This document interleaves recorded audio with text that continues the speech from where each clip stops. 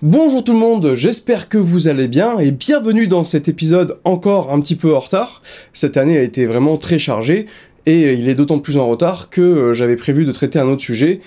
Et face à l'avalanche de mails que j'ai eu à l'approche du rattrapage dans ma faculté, de certains de mes étudiantes et étudiants, je me suis dit que faire un petit rappel vidéo méthodologique ferait du bien sûrement à tout le monde. Je vais également commencer à sortir une petite série de shorts, parce qu'a priori il faut faire des shorts. Je ne sais pas encore la forme que ça va prendre, je pense évoquer le thème de la recherche en droit, comment ça se passe dans un laboratoire, quels sont les différents outils qu'on utilise, comment ça se passe du coup en histoire du droit, je vous conduirai peut-être aux archives, vous expliquer un peu comment on trifouille dans ces vieux papiers, et voir avec d'autres collègues si ça les intéresse, parler de la recherche en droit public, en droit privé, bref. Par rapport à l'épisode d'aujourd'hui, sur ce qui va suivre, je suis un peu curieux pour ceux qui n'ont pas suivi de cursus juridique, ou pour ceux qui ont arrêté de suivre le cursus juridique parce qu'ils ont eu leur diplôme ou parce qu'ils sont partis sur autre chose. J'aimerais savoir votre ressenti par rapport à tout ce que je vais expliquer.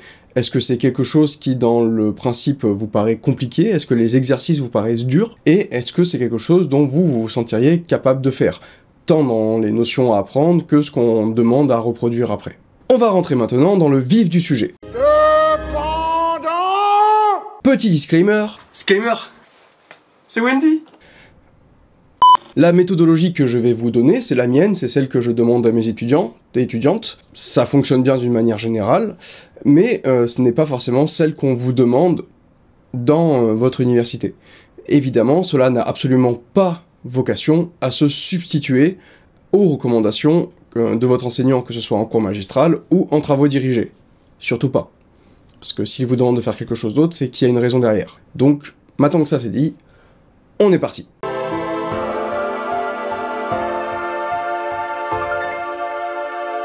Toutes nos petites têtes étudiantes en droit sont soumises, d'une manière générale, à 3 grandes formes de tourment. La première forme, c'est la dissertation, la deuxième forme, c'est le cas pratique, et enfin, le commentaire de texte ou commentaire d'arrêt. Chacun a sa petite préférence, même si, en général, la découverte du sujet ressemble un petit peu à ça. Oh mon Dieu, ça ne tombe pas sur le seul sujet que j'ai révisé. Vite, réagir. Cela étant, personnellement, moi je me figure plus quelque chose comme ça quand je les vois. En histoire du droit, on se concentre essentiellement sur 2 formes d'exercice. La dissertation, classique, qu'on fait depuis des années normalement, depuis le collège, et enfin le commentaire de texte, qui demande des notions un peu différentes et une approche un peu différente. Le cas pratique, quant à lui, est très anecdotique, il faudra avoir une culture générale assez conséquente pour réussir à en faire un, et surtout il faudra avoir une connaissance de procédure très poussée. Alors, hormis certains cas de cours de procédure, que ce soit civil ou pénal en histoire, où là, ça pourrait s'y prêter sur quelque chose d'accessible, d'une manière générale, c'est quelque chose que l'on évite. À titre personnel, j'ai une très grosse préférence pour le commentaire de texte ou commentaire d'arrêt. Pourquoi? Parce que c'est l'exercice qui me semble le plus à même pour évaluer un étudiant, tant sur sa compréhension de la logique du droit que sur les connaissances que l'on demande à avoir. C'est-à-dire que si quelqu'un se plante devant un commentaire de texte et n'a ni les connaissances ni la logique juridique, il ne va pas pouvoir identifier clairement les connaissances à développer, ou alors il va mal le faire et faire hors sujet ou pas assez, et s'il n'a pas saisi la logique du droit, eh bien tout simplement son plan ne va pas suivre la cohérence du texte. Ouais mais monsieur... Genre, on fait quoi si on a la flemme d'apprendre le cours? Eh bien justement, Noah de Brive, on ne fait pas, car sans les connaissances à restituer, on ne peut pas faire un commentaire de texte. Au mieux, on fera de la paraphrase.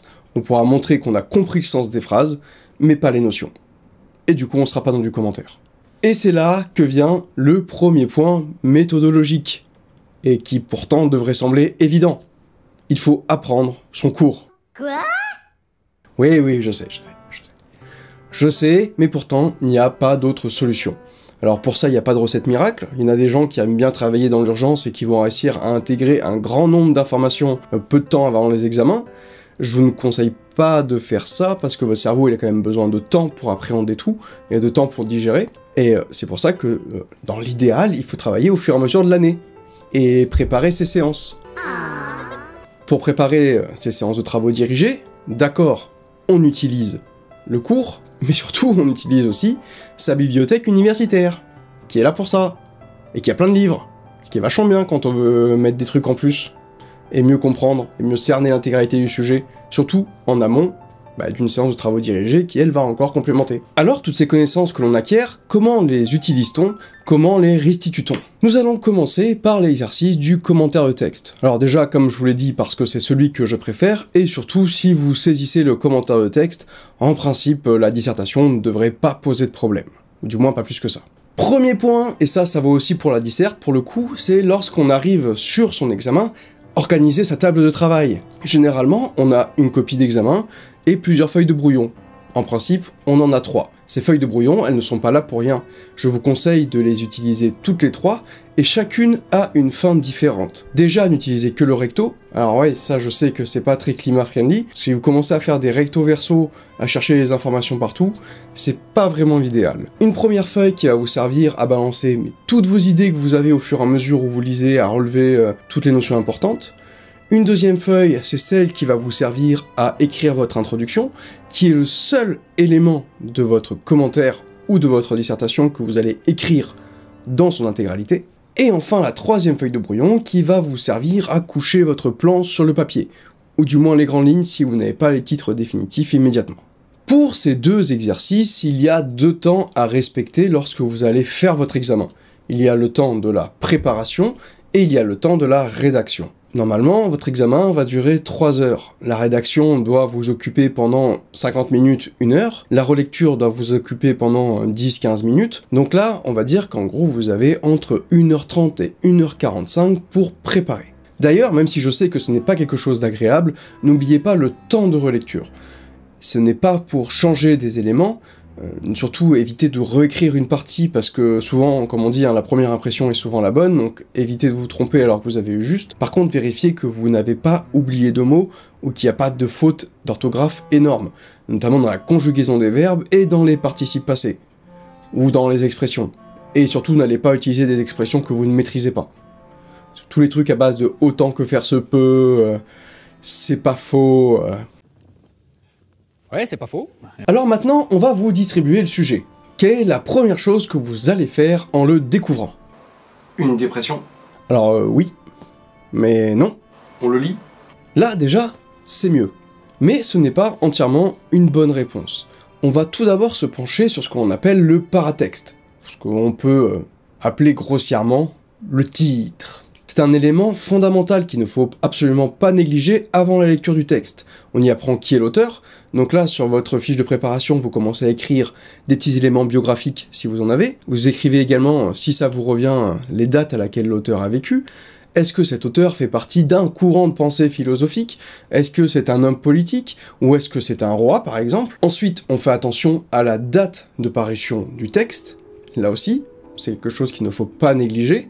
Si vous avez un texte de Montaigne et qui date de 1914, il n'a pas été écrit en 1914. Il faut faire attention à la coïncidence entre la date de parution et la date de vie de l'auteur, la période de vie de l'auteur. Et c'est d'autant plus important que si on est sur une œuvre qui est éditée à titre posthume, cela peut avoir une raison politique. Autre élément très important, la nature du texte qui vous est fourni, qui est souvent lié à ce qui est écrit dans le paratexte. Est-ce qu'on est dans un discours? Est-ce qu'on est dans un arrêt de parlement? Est-ce qu'on est dans un arrêt du Conseil du roi? Est-ce qu'on est dans un pamphlet? Est-ce qu'on est dans un article? Autant d'éléments qui vont vous aider à saisir déjà, avant même la lecture du texte, la portée éventuelle de ce dernier. Donc, on ne néglige pas ça, on regarde bien. On regarde si c'est un extrait, un texte complet, et on ziote rapidement sur la copie, voir s'il y a des coupures dans le texte. Ça, je vais y revenir. Enfin, 2 petits points bonus. Le premier, on essaye de fixer le texte sur une période historique, et éventuellement on essaye de le relier à un événement majeur ou un événement que vous connaissez. Et deuxième point bonus, on essaye de voir si la situation géographique a une éventuelle importance. Une fois toute cette étape franchie, je crois qu'on peut dire qu'on a fait un beau déblayage, et donc à partir de là, on va pouvoir s'attaquer au texte en lui-même. Le texte, il faut le lire. Oh mon Dieu! Et pas qu'une fois. Dans l'idéal, je vous conseille de lire le texte par 3 fois. La première fois, généralement, on ne comprend rien, et on commence à faire quelques AVC et à se mettre en PLS. La deuxième lecture, déjà, on s'est fait à la diction de l'auteur et ça devient beaucoup plus fluide, c'est à partir de ce moment-là que vous commencez à surligner les éléments dans le texte. D'ailleurs, essayez d'avoir toujours au moins sur vous 2 couleurs. Essayez au moins d'avoir 2 couleurs de surligneur, pas trop foncé si possible. C'est raciste. Que vous puissiez relire par-dessus. Et enfin, une 3e lecture sur laquelle vous allez coucher sur votre feuille de préparation tous les éléments qui vont devoir être définis dans votre copie. Et c'est pour ça qu'il faut absolument bien connaître son cours. Si vous partez sur un commentaire de texte et que vous n'avez pas les notions fondamentales, vous n'allez pas pouvoir faire de commentaires. Au mieux, vous pourrez faire de la paraphrase, mais pas plus. Un élément dans un commentaire de texte, c'est quelque chose qu'on doit expliquer, c'est quelque chose qu'on doit définir. Quand vous relevez un mot, c'est un mot qu'il faut expliquer. Il faut pas dire l'auteur parle de ça. Ça ne fonctionne pas. Et vraiment, j'insiste, parce que la plupart des personnes qui se plantent dans le commentaire, c'est vraiment souvent un problème de paraphrase. Et du coup, il n'y a rien à corriger. Le commentaire de texte, c'est pas relever une information et dire sur votre copie, l'auteur parle de, insérer information. Ça ne sert à rien. Votre correcteur sait lire. Même votre petite sœur sait lire. Bah, sauf si elle sait pas encore lire. Chaque élément, chaque chose abordée par l'auteur, chaque chose que vous relevez, c'est quelque chose que vous définissez, c'est quelque chose que vous expliquez et que vous remettez en contexte. C'est ça un commentaire. Je vous donne un exemple que j'ai donné à mes étudiants cette année. C'était même un de leurs commentaires, c'est l'arrêt Damien sur le crime de lèse-majesté, donc commis par Damien contre Louis XV, et l'arrêt que nous avions donné commence ainsi. La cour, suffisamment garnie des princes et pairs, faisant droit sur l'accusation intentée contre le dit Damien, dûment atteint et convaincu du crime de lèse-majesté divine et humaine au premier chef, pour le très méchant, très abominable et très détestable parricide commis sur la personne du roi. Là déjà, il y a un nombre énorme d'éléments du commentaire, rien que sur ça. L'arrêt fait 2 pages, parce qu'il y a un arrêt subséquent à côté, mais rien que sur ces éléments-là, il y a plein de choses à expliquer dans un commentaire, que ce soit d'un point de vue procédure pénale ou d'un point de vue institutionnel. Il faut définir tous ces termes et les remettre en contexte tous ensemble, et expliquer pourquoi cet ensemble est cohérent et qu'est-ce qu'il vient nous dire. À la fois crime de lèse-majesté humaine et divine, qui a rapproché avec la personne du roi, parricide, qui a rapproché avec la personne du roi, et toute la procédure qui entoure ça, la cour. Qu'est-ce qu'on entend par la cour? Et pourquoi princes et pairs? On est dans quelle forme de procédure? Bref, ça peut vous paraître un peu compliqué, mais mes petits osios, ils avaient normalement tout ce qu'il fallait dans leur cours et dans les bouquins. Pour ceux qui ont été chercher les informations. À partir du moment où vous faites ça, eh bien normalement, vous avez correctement circonscrit votre sujet. Et c'est à partir de tout ce travail que vous allez construire votre introduction, et surtout que vous allez pouvoir trouver la problématique. Et que vous allez pouvoir dégager un plan. Alors, on va éclaircir un point fondamental qui est peut-être le plus important. Si vous le comprenez, vous comprenez l'intégralité du travail, des travaux que l'on vous demande en droit. Si vous saisissez ça, alors vous aurez saisi la logique juridique, quelque part. Une problématique, ce n'est pas la question que soulève en vous un texte. C'est la question que s'est posée l'auteur ou que l'on a posée à l'auteur pour qu'il écrive ce texte. C'est pas la même chose. Je vais prendre l'exemple sur le youtubeur super-héros Defecator et faire une petite métaphore culinaire. Si on vous demandait de commenter une recette de soupe au potiron à la carotte, la problématique ne serait pas « est-ce que j'aime la soupe au potiron et à la carotte ?» Ça, j'ai envie de dire que... J'en ai rien à foutre. Ce serait en fait quelque chose de beaucoup plus simple. Comment préparer une soupe au potiron et à la carotte? Normalement, il y a même un petit tips que je donne à mes étudiants et qui fonctionne une large majorité du temps. Votre problématique doit trouver sa réponse en lecture du texte. Si vous lisez votre problématique et que vous enchaînez avec le texte et que la question, elle est vite répondue, c'est bon. Si le texte ne répond pas à votre question, tout simplement, c'est que vous êtes à côté. C'est pas plus compliqué que ça. On va passer au plan, et même en reprenant l'exemple de notre soupe au potiron et à la carotte, on pourrait opter pour un plan qui est assez commun en droit, à savoir principe exception, principe limite ou principe application. quel est le principe de la soupe, qu'est-ce que ça apporte, en application, comment on prépare, comment on coupe, comment on mixe, etc., etc., et comment on fait cuire. N'allez pas chercher trop loin. Il n'y a jamais de piège, en principe. Normalement, tout ce que l'on vous demande est à votre portée. Pour le plan, il n'y a pas de recette magique.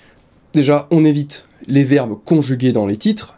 Il y a suffisamment de mots et de participes présents passés dans la langue française pour ne pas avoir besoin de conjuguer de verbes dans vos titres. Ça ne se fait pas. Ensuite, quand vous allez élaborer votre plan, personnellement, je vous conseille de descendre au moment de l'élaboration jusqu'au petit 1, petit 2. Si votre enseignant vous demande AB, faites AB.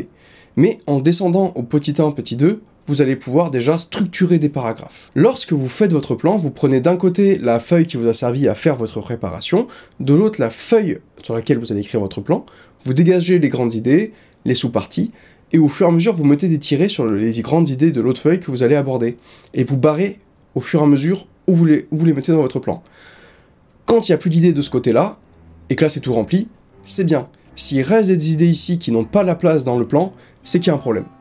Et surtout, une fois que vous écrivez, c'est pareil, vous faites la même chose, ça vous évitera d'oublier des éléments dans votre plan. Des plans, en droit, il y a deux grandes formes de plans. Il y a le plan qui suit le texte bêtement et méchamment, c'est-à-dire qu'une idée arrive, ça en fait une partie, c'est ce qu'on appelle un plan linéaire. Alors souvent, ça crée des devoirs qui sont un peu désorganisés, parce qu'on a des idées qui reviennent un peu plus tard, qui auraient dû être un peu plus haut, et surtout des fois ça crée une asymétrie, on va dire, dans le sujet, c'est-à-dire qu'il va y avoir un grand 1 qui va être tout petit et un grand 2 énorme, ou inversement, ou des petites parties qui seront très très grosses, d'autres qui vont faire 2 lignes, c'est-à-dire que vous n'avez pas su dégager et équilibrer vos parties correctement. C'est pour ça que généralement on utilise ce qu'on appelle un plan thématique, c'est qu'on va dégager tous les termes, toutes les notions du texte, on va les remettre entre elles par thème justement, et on va remettre ça sur la copie. Justement, principe application, principe exception, principe limite. Pour l'introduction, pour mes étudiants, je leur demande de m'en faire une avec 5 alinéas. Donc là, c'est pareil, vous suivez les recommandations de votre enseignant. Premier alinéa, c'est ce qu'on appelle la phrase d'accroche. Alors, la phrase d'accroche, c'est toujours quelque chose qui est un peu bizarre. Pour moi, une phrase d'accroche, c'est quelque chose qui va venir expliquer le thème du texte. C'est quelque chose qui doit tourner autour du thème. Si la phrase d'accroche est bonne, on voit que déjà vous avez compris le sens général du texte. Deuxième alinéa, c'est ce que l'on appelle la présentation du document. Enfin, en troisième alinéa, le contexte historique que vous allez coller au document. Dans quel contexte ce document est écrit, qu'est-ce qui se passe, pourquoi il est écrit. Autant d'éléments qui peuvent commencer à apporter un peu plus de précision sur votre propos. Quatrième alinéa, c'est l'intérêt du texte, ainsi que la problématique. Alors ça, c'est toujours un alinéa qui pose problème. Qu'est-ce qu'on appelle intérêt du texte? L'intérêt du texte, c'est toutes les grandes idées que vous allez aborder dans le texte. C'est pourquoi on va le commenter. Quels sont les grands axes que l'on va évoquer? C'est un peu le suspense avant le début de votre commentaire. Vous allez commencer à expliquer ce dont vous allez parler sans rentrer dans le vif du sujet, il faut être un peu évasif, dire un peu tous les thèmes que vous allez aborder, annoncer votre problématique après ça, et enfin, dernier alinéa, le cinquième sempiternel dernier alinéa, et là par contre, c'est l'annonce de votre plan. Bien évidemment, on soigne son écriture, on fait attention, on fait pas d'épater. Si vous n'arrivez pas à vous relire, il y a des chances que votre correcteur non plus. Faites attention à l'orthographe. Ça, on le répétera jamais assez, mais des fois, quand les conjugaisons ne sont pas bonnes, les phrases n'ont pas de sens. Quand la ponctuation n'est pas bonne, la phrase a encore moins de sens ou n'a pas celle que vous voulez lui donner. Bref, tout ce qui est grammaire, orthographe, syntaxe, c'est extrêmement important. Dites-vous que plus tard, théoriquement, à la suite de vos études de droit, vous serez peut-être cadre. Si vous faites une note de service qui est blindée de fautes d'orthographe et qui est incompréhensible, quelle légitimité allez-vous avoir auprès de vos collègues? Donc faites attention. Pour la dissertation, je vais être beaucoup plus évasif parce que si vous avez compris ce que je viens de vous dire, normalement vous avez compris la dissertation. Les éléments de réussite d'une dissertation, elles reposent plus cette fois-ci sur vos connaissances. Il faut avoir bien appris son cours, restituer son cours correctement.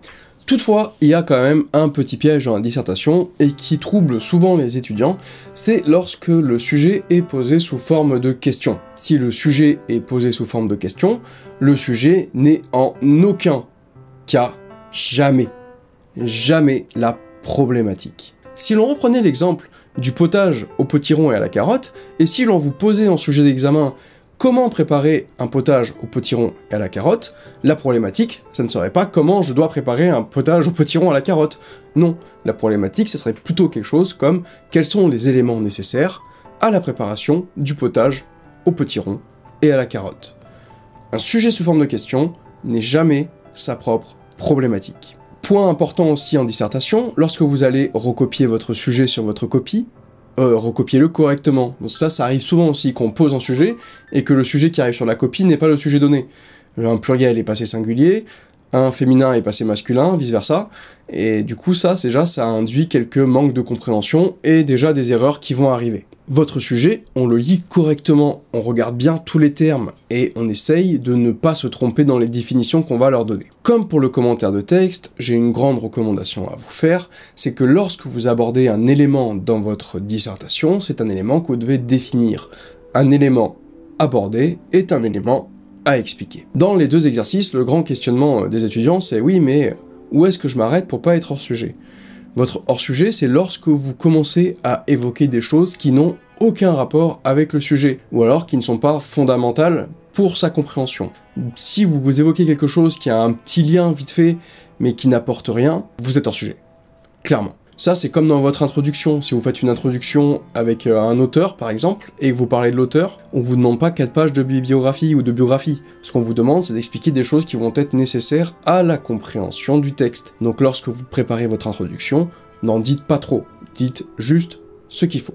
Bref, on va s'arrêter là pour aujourd'hui. Je vois que la vidéo commence à être longue. Si jamais vous avez des questions annexes, je me ferai une joie de vous y répondre dans les commentaires. Dites-moi ce que vous en pensez de ces exercices. Est-ce que vous, en tant qu'étudiante, étudiant, c'est quelque chose qui vous donne de l'appréhension, qui vous met en difficulté? En tant que non-étudiante ou ancien étudiant, comment est-ce que vous percevez un peu toutes ces choses qu'on demande? En tout cas, je vous dis un bel été. Je pense que je sortirai juste quelques shorts et pas beaucoup de vidéos. Et dès la rentrée, je pense qu'il y aura peut-être un autre hors-sujet sur ce que je préparais avant.